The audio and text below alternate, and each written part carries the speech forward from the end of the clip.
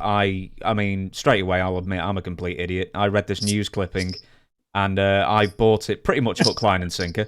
And apparently, a lot of other people have as well. Basically, Do you yeah. do you have it? Do you have it? I have it. I'm going to read. I'll read some of it out. So, Mantell sets world record Tuesday night at the Garden. Dirty It's a Dutchman. newspaper. It's a newspaper clipping. That's Yeah, what it looks looks really like. good as well. It's even got like a bit torn off the bottom of it as well. It's on Dutch's Facebook, by the way, if you want to see it yourself. But I'll give you the thing. Dirty Dutch Mantell set a world's record Tuesday night at the Louisville Gardens when he wrestled in 5 events and won all 5, including a Texas death match, a handicap match, an open challenge to any person, male or female, in the building, where he defeated 1 male and 1 bisexual female, plus pinned Ginger the wrestling bear in under 6 minutes. Now, there is a tiny bit of truth to that, is that you have wrestled a bear.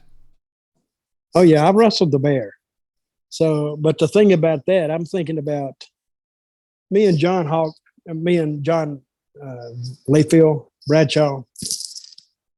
We would just make up stories like that going down the road, and the more outlandish. But I didn't know when I put it up there that some people would actually believe that. Yeah, like me. Because I feel think, like a complete idiot. Did it have a date on it? No.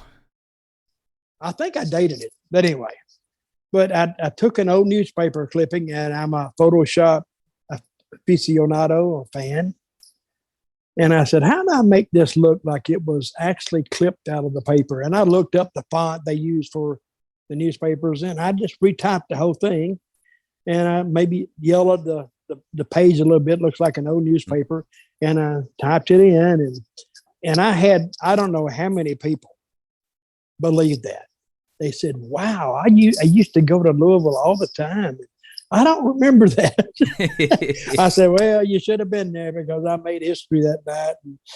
And I did another one where I said I wrestled in front of 190,000 people in Buenos Aires, Argentina. No, this is the same one. This is the same one where you said Carl Gotch, who in 1939 wrestled a 5-hour marathon versus Yatsu Minori in Buenos Aires, Argentina, in front of 123,000 fans in the now demolished Argentinian stadium. Congratulations, Mr. Mantell. Oh, it's too much. I mean, but if you put it up there and you don't see, it's like wrestling. It's believability. They'll believe till you give them a reason to disbelieve. Now, in this particular case, the reason to disbelieve is because I said it was a bunch of crap. I just made it up. But yet it says something about wrestling fans that would actually kind of buy into that and buy it. I didn't mean it to be mean. It was just some of the bull crap I was putting in. And it's entertaining to read that.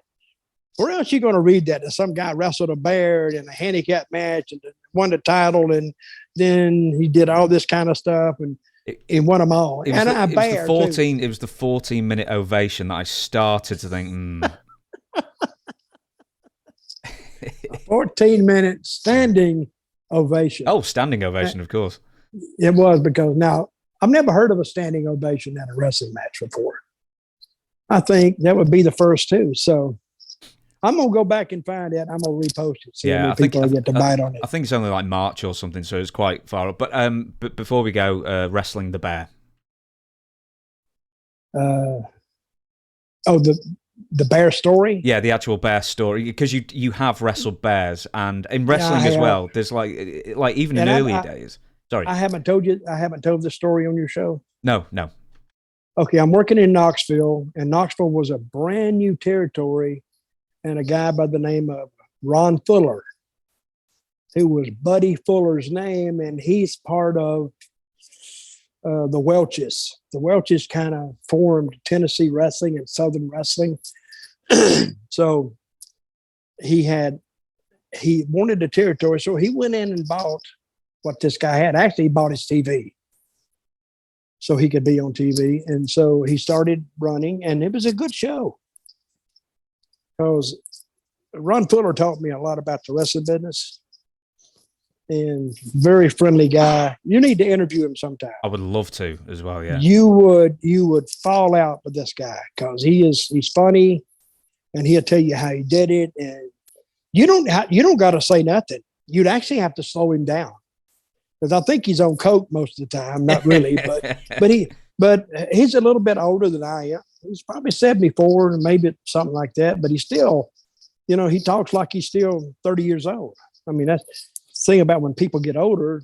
Sometimes their voice doesn't change, and he sounds just like he did when I first met him. But he opened up this territory, and some guy wrote him, or he got in contact with a guy that had a bear. He wanted to bring the bear in, and Ron said, "Hot damn, that'd be different, a wrestling bear, blah, blah." So, and then I saw on the sheet or something that I'm wrestling the bear every night. He was there a week. And I said, "Ron, why am I the only one wrestling the bear?" He said, "Well, nobody else will do it." I said, "Well, you didn't even ask me." He said, "Oh, hell, you do it. You don't care."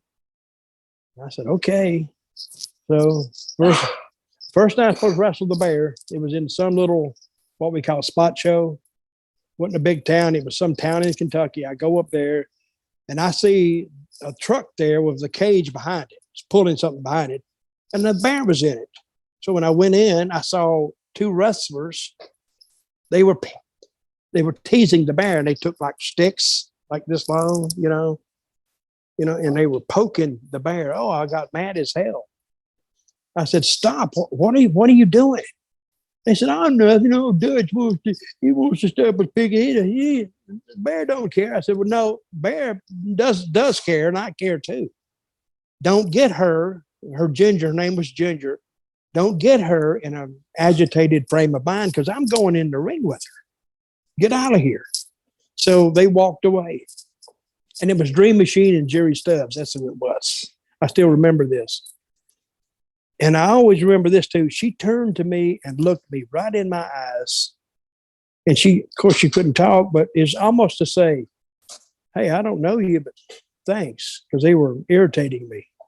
And I stood there a minute and looked at her, and she was looking at me. I go inside and I buy her 2 16-ounce bottles of Coke and 2 candy bars, because her deal every night after she wrestled, she would take a 32-ounce of Coke. She would get on a chair. This is for the fans. And she'd drink that 32-ounce bottle of Coke. That was for the fans. So I give her the Coke. She knew what it was. And I gave her the candy bars. She ate them. Then she drank the Coke. And then she went, "Wow, you gave me something to drink." It was hot out there too. And I looked in. She didn't have any water in her bowl, nothing. It was hot. It's like 100 degrees. And she's got hair and fur, so she had to be hot. So I stood there so she could get the scent of me. So when I went in the ring that night, she would know that I'm not one of those guys who were poking her. So I went in the ring that night and I stood across, and all of a sudden it was like her eyes lit up like, "Hey, I know you. Hey, you're that guy that gave me the Cokes." Like she's remembering. And of course, I'm reading into the stuff that I wanted to read into it. And I went up to her and I put my foot out, and she just hooked the paw around my foot. Didn't yank, didn't pull, didn't do nothing. And they told me that you put as much pressure on her and she'll put on you. And it was true. I'd lock up with her. Of course, she had no teeth. She had no claws. So she was kind of on her own. She'd die because she had no way to defend herself. But then we get through the match, because I did most of it, running, hopping out of the ring, and people going nuts. And so then the match was over. A couple of nights later, I remember this, that the handler was drunk. They laid her in on a chain. And he's in the ring with her, holding her back. But he was yanking her really, really hard. And at this time, I kind of liked Ginger. And I think she kind of liked me. So when we got in the back, I told that handler, I said, "Why are you yanking her so hard?" He said, "I don't think it's none of your GD business." I said, "Well, it's going to be my GD business, because the next time you yank her and you hurt her, she takes it out on me. I don't want to." I said, "Do not ever, ever yank her hard like that again. Are we going to have a big, big problem?" And of course, she was there too. And she looked at me and saw the handler back up. So, and I never did have any more. He didn't yank her the next night because he wasn't drunk, but he didn't do it anymore. And I remember the last night she was in the territory, we had a battle royal. So all the guys, they had her in the ring first, and then here I come. And I stood over there next to her. And all the other guys and the same guys that had poked her, they get in the ring like, oh God, oh God. And I'm playing with them. And I said, Junior, see him over there? And I pointed to the guy. And she does, and they go, oh God, she's going to remember me. And she did. So I remember first thing I did, I flew out there and I grabbed one of them that was messing with her. And I said, hit me. He knocked me down and he started punching on me. Well, she saw that. She saw her buddy getting attacked. Oh my God. She went after him. He eliminated himself. He jumped over the top rope. The other guy did the same thing. The whole battle royal was over in about 90 seconds. And then it was me and her and there, and then she eliminated me. So, but I wish, and I wrote about this in my book, and I wish I'd have had the money to buy that animal. But she was mistreated and she's dead now, but I don't think she died a happy death, if there is such a thing. But I don't believe in doing animals that way. And I try to treat her as best as I could. But it's just one of those things that they did back in the day, but they don't do anymore. And I'm glad they don't do that. Yeah, absolutely. Ginger, the wrestling bear. Is it absolutely the same with circuses? Animals have been banned here for, good couple of decades at least. You can't use any animals in the circus traveling around. They're always in terrible condition and stuff. How do you put over a bear in? I'm assuming you took the loss in the singles matches. Well, she didn't pin me. I just left. but I'm thinking later on, wait a minute. Even if I could, how would you pin a bear? They don't have shoulders. How you going to lay them flat like this? They'll just roll over one way or the other. But I put my finger in her mouth one day and she doesn't have teeth. And my little finger went back over her gum. Oh, she bit down with her top gum. Even though she didn't have teeth, she almost broke my finger. Mm. Oh my God. Well, I didn't have to be told not to do that again. So, but I really liked that animal and I really felt bad of the way she was treated. And I put it on my Facebook page. It's just Dutch Mantell. You can still find it. But I had a lot of people write me and tell me they love that story because it's a true story. So, and I told the same story today that I told in the book. It's just I may have added a few details that I've left out, but not much. I take it you never got bonused for these bear matches? No, I didn't get nothing. I didn't get a thank you, really. And in the old days, not only were there like wrestling bears, there were like orangutans, alligators that I assume had corks on the teeth and stuff. I mean, it was really commonplace. Well, Brian Fuller told me one day they had this other bright idea to wrestle a gorilla. They went to see this gorilla, and the gorilla walked up to a big truck tire, and he did figure eights with it. He went, he just like bent it in two, so it ends up like a figure eight. Then he let it go. And they said, no, maybe we shouldn't do that. No kidding. Because animals, if they hit you one time, the bear is the same thing. If the bear had really let loose with a slap, knock you out. And then so you can't get too cute with them but I have seen bears get taken down, but they're older bears. And I didn't even want to see that. I want to see the bear win. I mean, if I'm a fan, they're taking a bear and mistreating it and having guys wrestle it. I never saw the draw of that even in a carnival. I wouldn't buy a ticket to see that. It's almost Victorian in a sense, because like when they used to bring over all these exotic animals and just pit them together just to see what would happen. Like, and even some of them are even amazingly on YouTube. These go to like the 1910s, 20s that people have filmed, and like lions versus tigers and stuff. Yep. Well, that's another thing I don't like I wouldn't want to watch that.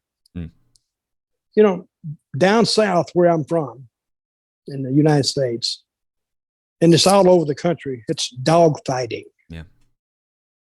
That's illegal, but I don't know why anybody could ever get involved in that. Even cockfighting. In Puerto Rico, it's legal. Yeah. Still, I don't know if it's still legal today, but I saw a cockfighting arena, and it was it's every Tuesday and or Mondays and Wednesday nights or whatever. And some guy told me they go to bet. You know, they don't care. They just want their cock to win. So you don't bet on the chicken, you bet on the handler, they say. Because I never went to it. I didn't want to see that anyway. Am I right in saying, is it Michael Vick, the NFL guy? Michael Vick was a dog fighter, and his career crashed. Hey, you can kill people. They won't get as mad at you as if you kill a dog. Yeah. Because, your dog is like you share a special place with an animal. I got my little animal, little Boston Terrier, so I'm satisfied to know that if the zombie apocalypse happens, I have Oscar to take care of me. He'll get him going. There's something I've said about Michael Hayes, and I will wrap this up, is do you trust someone to leave enough to leave your wife with them? Maybe. Do you trust somebody enough to leave your dog with them? Not a chance. Yeah, that is true. So,